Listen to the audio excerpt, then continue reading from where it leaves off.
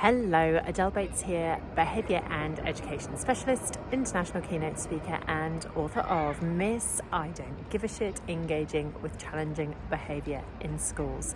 And I should say bonsoir because I am currently in Toulouse. I have just spent the day with the International School of Toulouse, who were hosting an international conference full of schools from across France and further beyond, including someone from a school in Singapore, and I was absolutely honoured to be able to lead one of the keynotes, firstly in equality and inclusion, and then a workshop around teenagers and behaviour, some of my favourite subjects.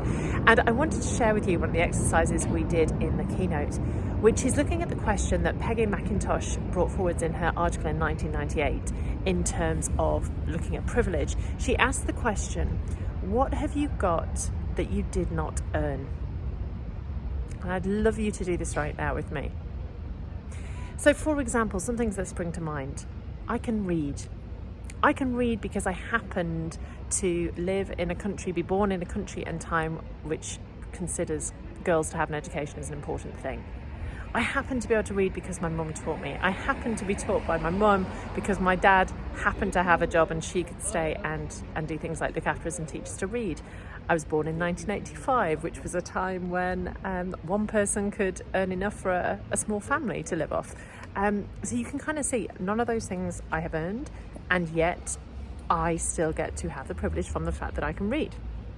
Another one might be health. You know, at the moment I have good health, and that's not something I've earned, but it's something that's there, and it becomes a privilege.